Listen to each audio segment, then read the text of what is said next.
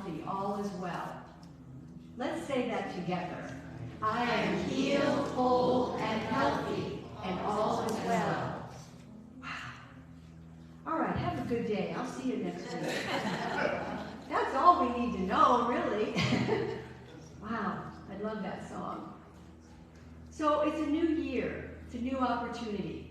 I don't know about you, but I love getting a new calendar. And it's wrapped in plastic, and I get to take off the plastic and hang it up on the wall and take down the old one. Yeah. Do you like to do that too? Anybody? Some people are not. It's fresh and fun. And this month's theme in the Centers for Spiritual Living is a grand rising. And we can ask ourselves, what would make 2024 the year of a grand rising for me, for you? What grand rising is taking place in my life now? What shall I care for in 2024? How do I want to be? Last week we did a Bernie Bowl ceremony and let go of a lot, but we also created a power word, or a word, a divine quality that will help move us into this new year.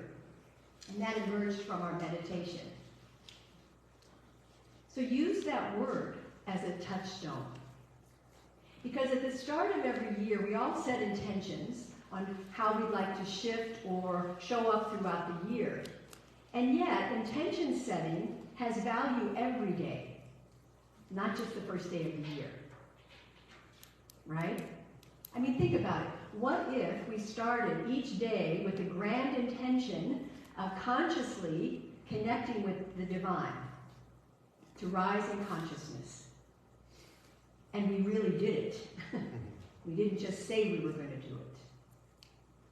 How would the rest of your day or your life unfold simply by leaning into the beauty and the grandeur of each new day?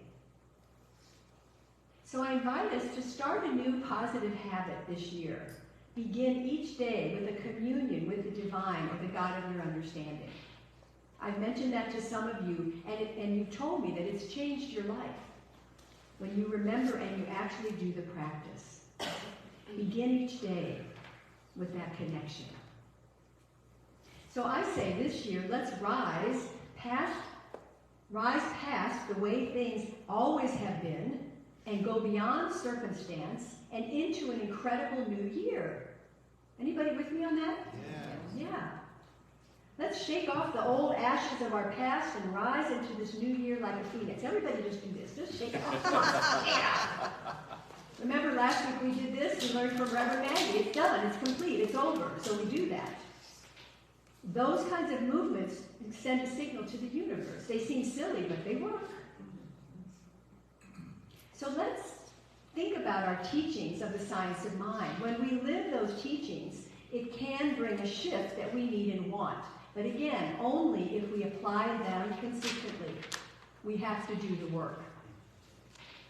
So let's do the work together and experience not only a personal, but a congregational grand rising.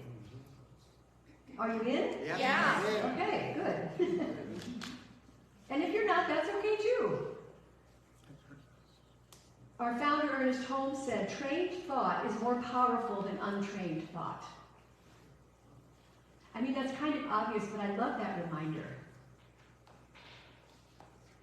To truly apply the principles of science of mind to our lives, we must begin each day aware of that truth. A trained mind is more powerful than untrained. And my talk today is about enoughness. Did you know that we live in a universe of plenty? We actually do. And you are enough. You are enough, all of you. And your good is at hand. But wait, you're saying, I want more money. I want more work. I want more time. But think about what you really want. Usually, it's more peace, more love, a deeper connection, knowing your purpose, finding inspiration, living a life of significance. Those are more expansive, aren't they? And our Science of Mind teaching tells us to identify ourselves with that which is always enough. That which is always enough can be a most satisfying grand rising in this thing called life. And again, when we consciously connect to spirit, we will be guided upward to a higher place of good. So think about the word enough. Its synonyms: abundant, ample, sufficient, complete, bounteous, full, plentiful, lavish, and unlimited. So in the face of life's challenges, does anybody in here have a challenge? I know none of you do. Holding on to that spiritual truth can be difficult. I know that.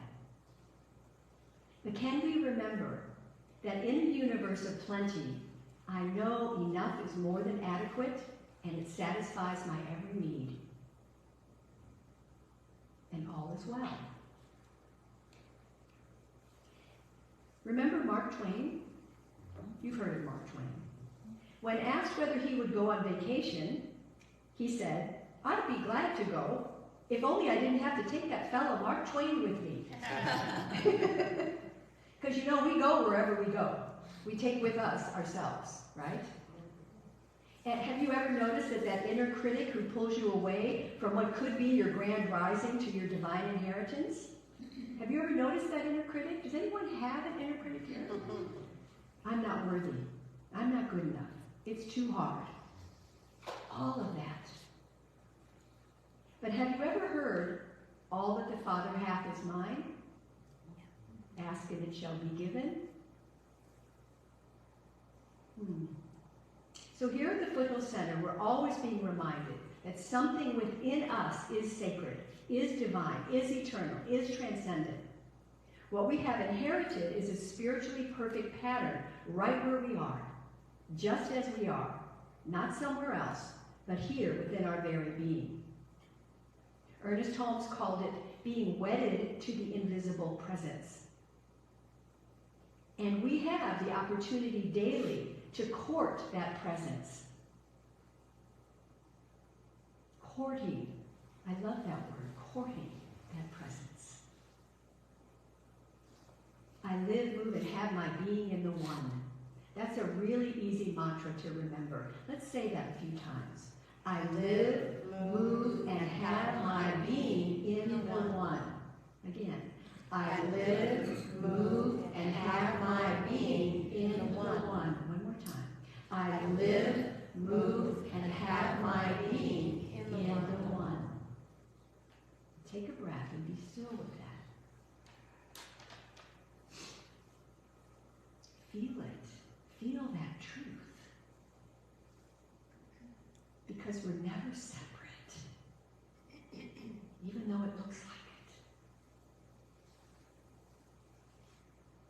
So that inner critic can drown out our inner voice of truth.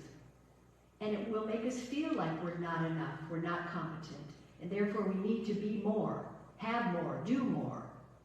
It's a mental merry-go-round. Have you ever been on that one? Well, it's time to step off the merry-go-round. I'd get really dizzy. In a universe of plenty, we are enough, and the universe is more than adequate to satisfy our every need. We simply need to get there. How? In consciousness. Period. Not by begging, not by wishing, not by hoping, but in a shift of consciousness. I mean, our whole motto in Science of Mind is change your thinking, change your life. But it's not just about the mind, it's also about that spiritual connection. So the journey to enough will lead us to a bountiful cosmic storehouse where all our needs are met. I am healed, whole, and healthy, as they sang. All my needs are met. Let's say that. I am healed, whole, and healthy, and all my needs are met. Even if you don't believe it, say it again. I am healed, whole, and healthy, and all my needs are met. Breathe that in. What if that's true?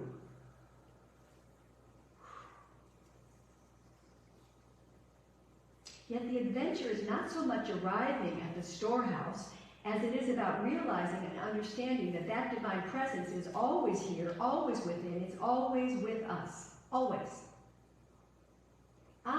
But circumstances may pull us off course. Anybody? Leave us to believing we're stuck and we say, oh no, not this again, oh brother, there he is, oh this and that, enough of that, enough of that. Exactly, enough. You are enough. So when it seems like we're no longer able to change a condition, we use our practices. We use our faith. We reconnect, we re-plug in to that divine abundant nature and tap into our enoughness. And decide, make a decision. I teach that all the time. Make a decision to change your thinking and your attention. But you have to do it. I decide to fill in the blank. So when the feeling arises that you don't have enough, you haven't done enough, you don't know enough to overcome your challenges, it's time to remember to replug and consciously rejoin with that part of you that does know you are enough. In a universe of plenty, I know enough is more than adequate and it satisfies my every need.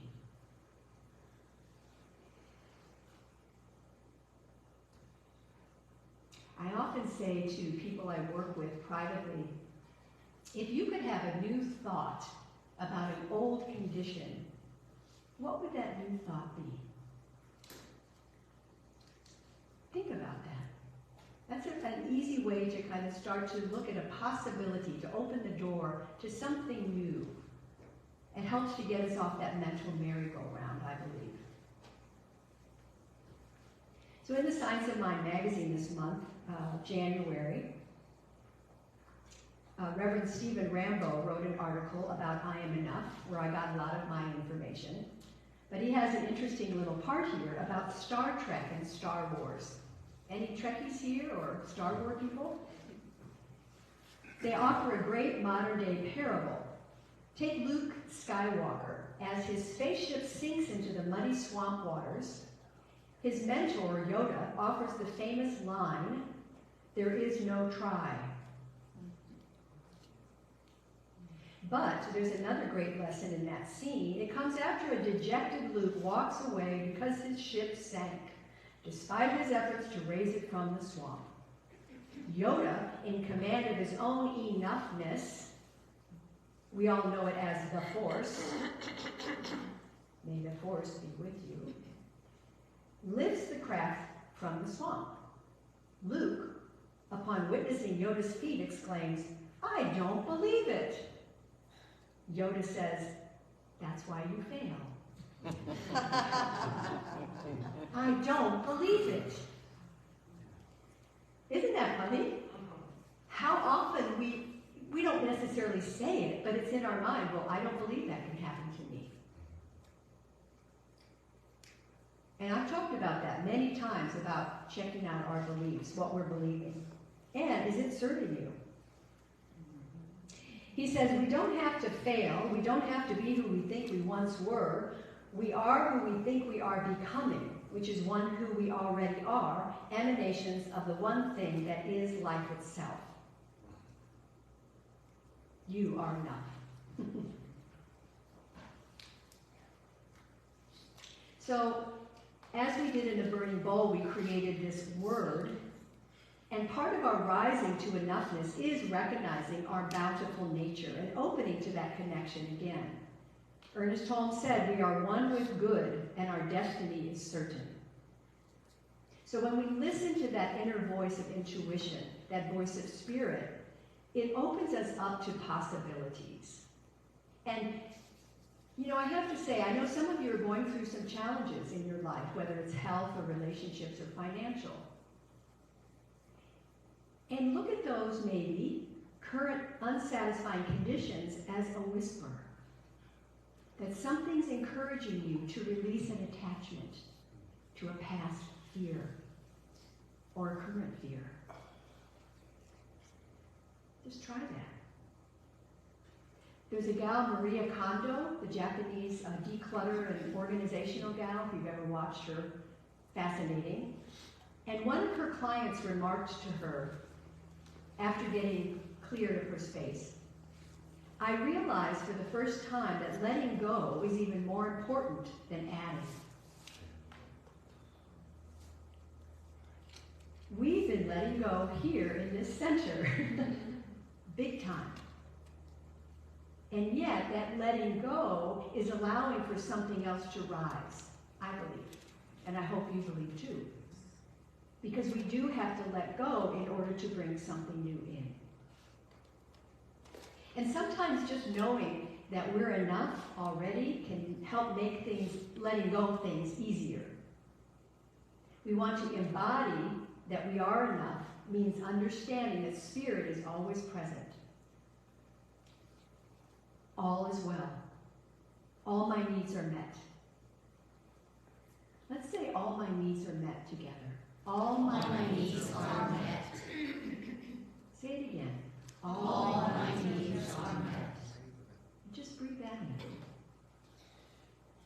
That's definitely a spiritual truth.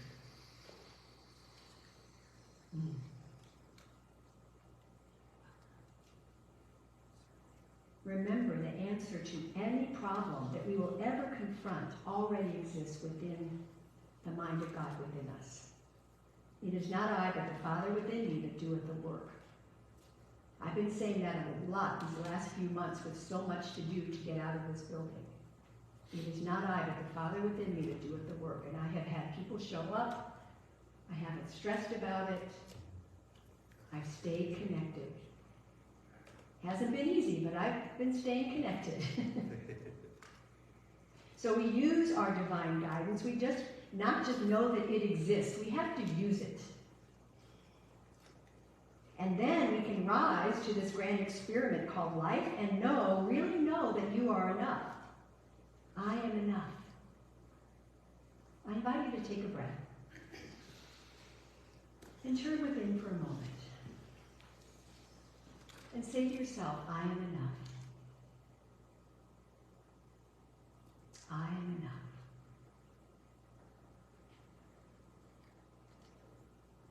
And I want you to ask yourself these 4 intention-setting questions. I call them the 4 A's. Aim, attitude, assumption, and attention. The first one is aim. What matters most in making this year for you a success? What matters most? Just ask yourself and notice what shows up. And what does that mean your real priority should be?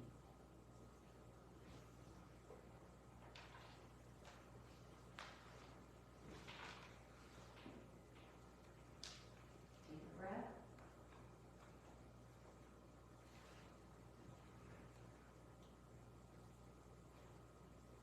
The second one is attitude.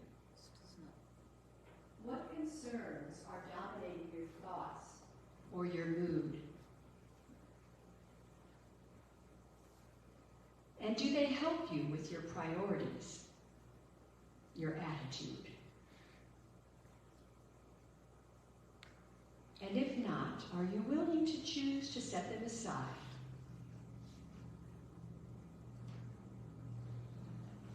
And breathe.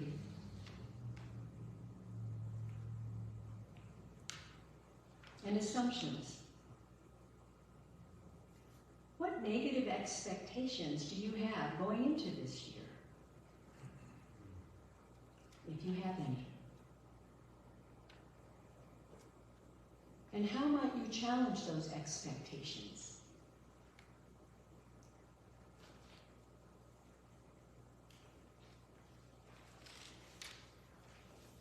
And attention.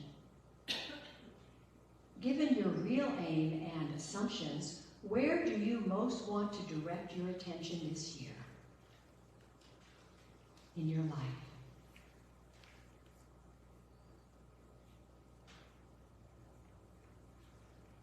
What do you want to make particularly sure you notice?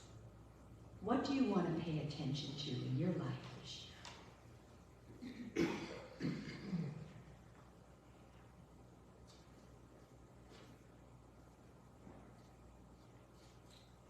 And take a breath. And say with me aloud, all my needs are met. All my needs are met. And all is well. And all is well. Again, all my needs are met. And all is well. One more time. All my needs are met. And all is well.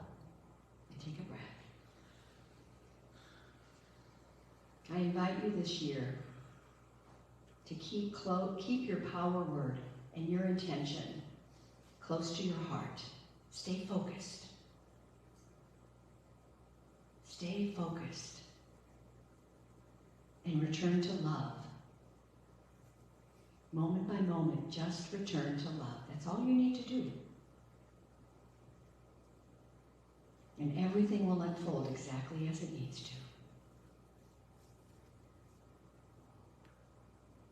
So we breathe, we smile, we say thank you. And we're going to take that into prayer. We're going to do a moving prayer today. I invite you, if you're able, to stand with me.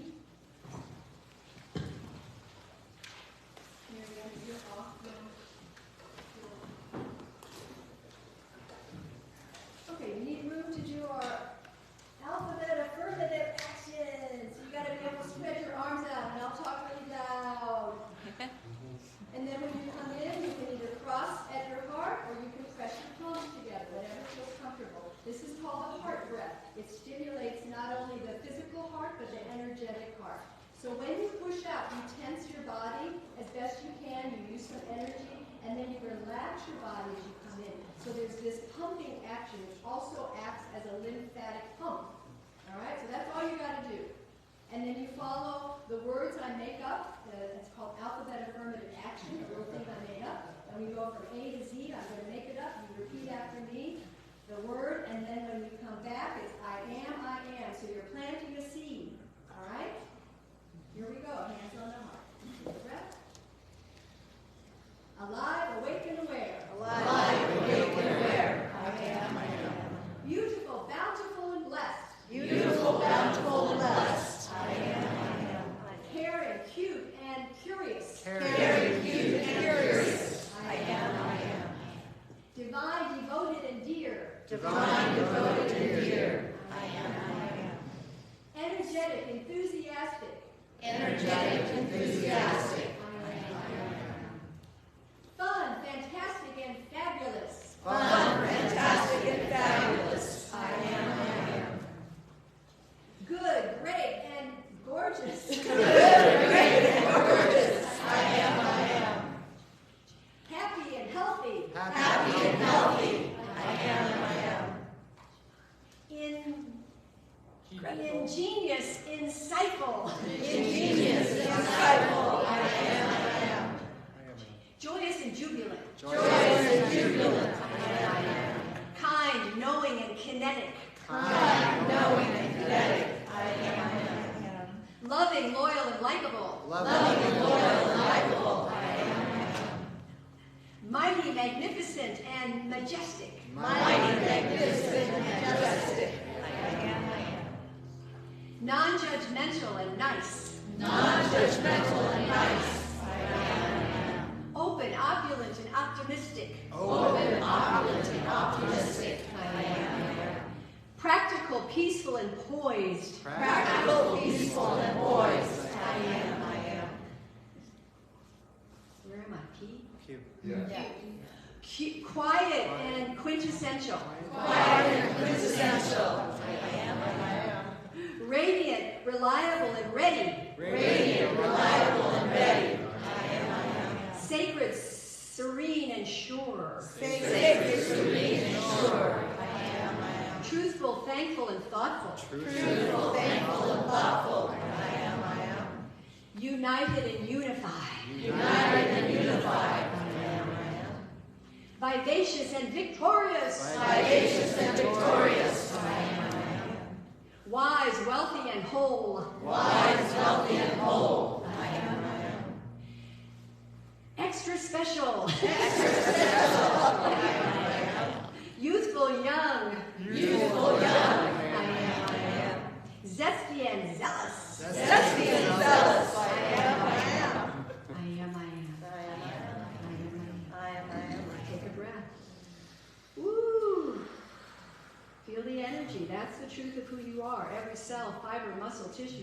organ, action, gland, function of your being is vibrating at that high vibration right now. You are healed, whole, and healthy. You are enough, and all is well. Let's claim that today, every day. Say it every day. Say it 20 times a day. Visualize yourself. Be that you want to be. And so it is. So it is.